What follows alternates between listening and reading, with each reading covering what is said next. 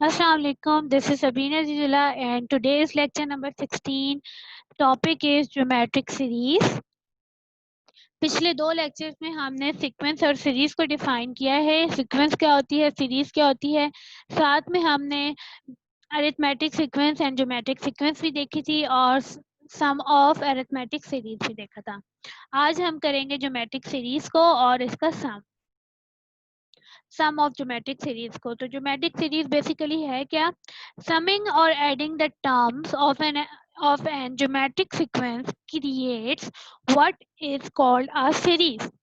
जब हम geometric sequence की terms को add कर लें या फिर हम उनका सम फाइंड आउट कर लें तो उसको हम क्या कहते हैं, उसको हम कहते हैं सीरीज. फॉर एग्जांपल हमारे पास एक सीक्वेंस है 2 4 8 16 32 एंड 64. ये एक सीक्वेंस की टर्म्स हैं. अगर मैं इन टर्म्स को ऐड कर लूँ 2 + 4 + 8 + 16 + 32 + 64 तो ये मेरे पास सीरीज जो है वो कहलाएंगी, ये मेरे पास सीक्वेंस जो है ये कहलाएंगी series. Partial sum of n first nth term of an geometric series. Geometric series का हमारे पास nth टर्म का जो सम आएगा वो हमारे पास जर्नल फॉर्मूला होता है a1 into 1 minus r power n upon 1 minus r. R हमारे पास क्या है, जैसे हमने जो अरिथमेटिक सीरीज में डिस्टेंस किया था टू टर्म्स का, उसको हमने रिप्रेजेंट किया था डी के साथ. डी हमारे पास था a n-1. तो इसी तरह हमारे पास आर जो है वो रिप्रेजेंट कर रहा है रेशियो या फिर डिस्टेंस ऑफ ज्योमेट्रिक सीरीज.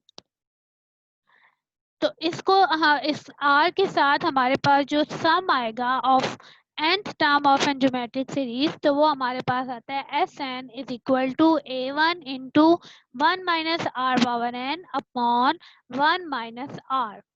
हमारे पास अरिथमेटिक सीरीज का जो हमने सम फाइंड किया था वो हमारे पास क्या था, Sn is equal to n upon 2 a1 plus an. और यहाँ हमारे पास है a1 into 1 minus r n upon 1 minus are.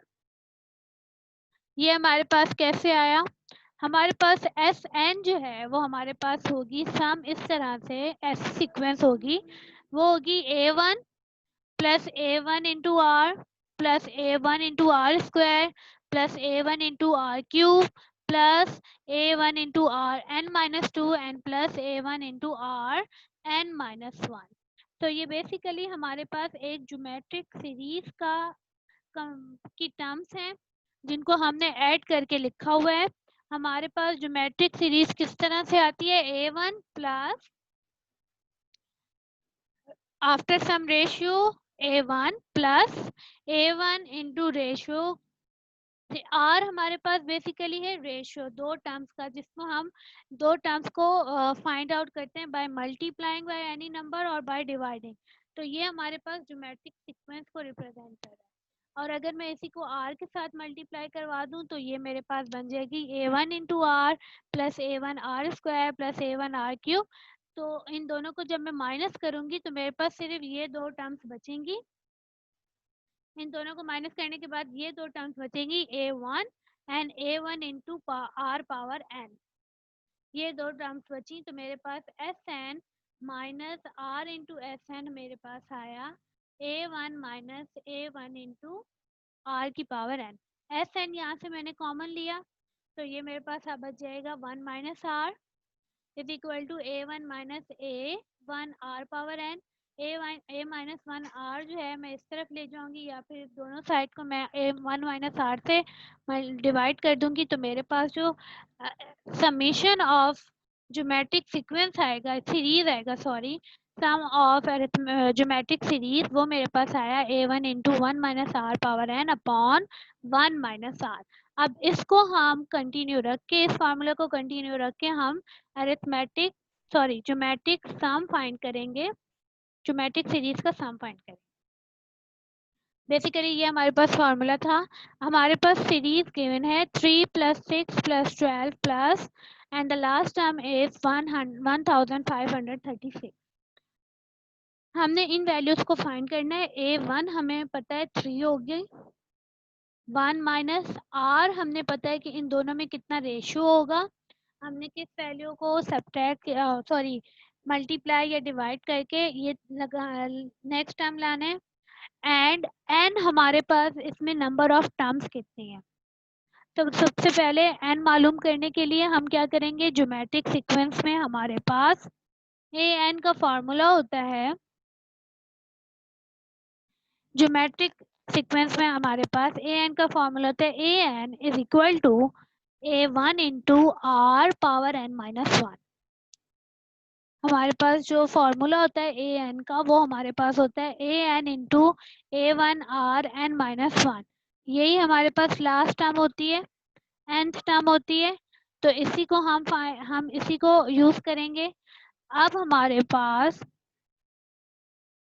an यहाँ गिवन है 1536। an की जगह मैंने ये वैल्यू लिख दी, an की जगह मैंने ये लिख दी। a1 हमारे पास है 3, तो मैंने a1 की जगह लिखा 3। और इन दोनों में कितना फर्क है, अगर मैं 6 को डिवाइड कर दूं 2 से तो मेरे पास फर्स्ट टर्म आ जाएगी।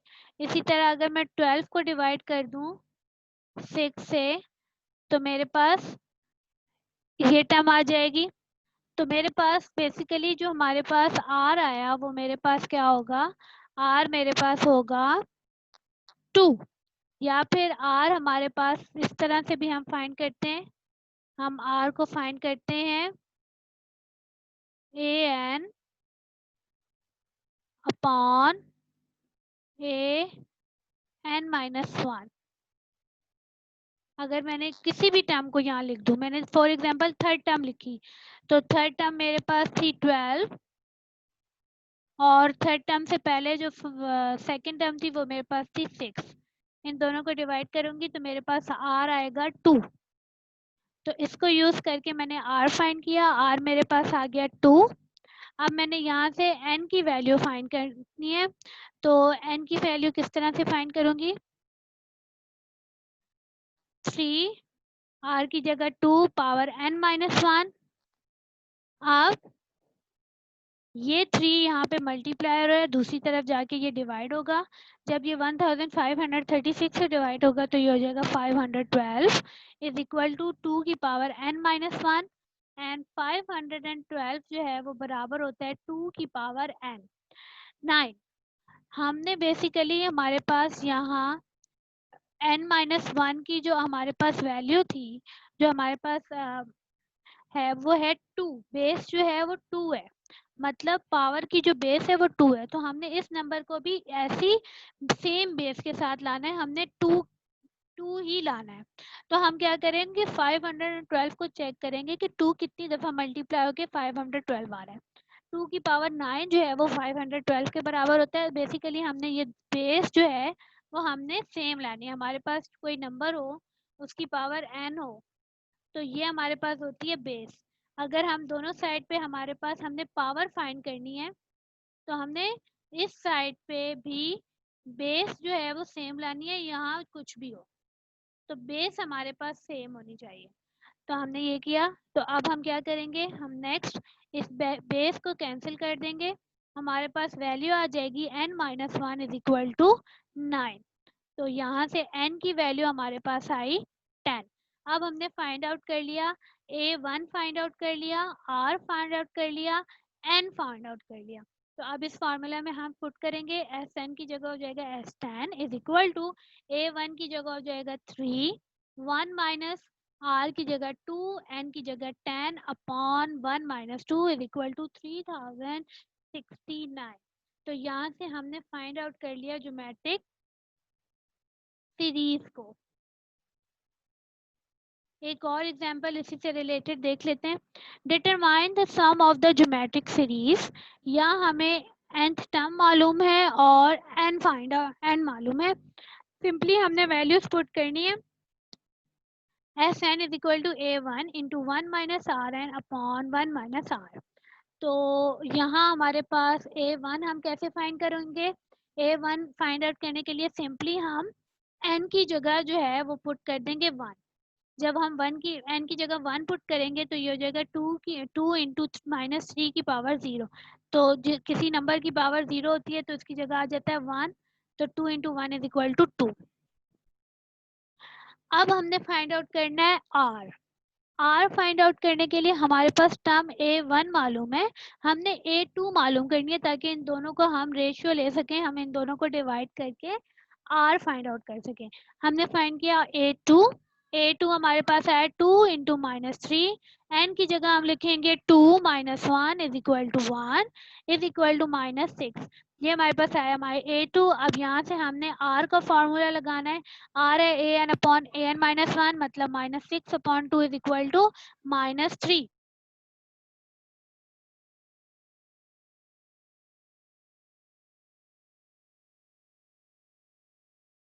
तो r हमारे पास आया -3 और n हमें मालूम है n है हमारे पास 5।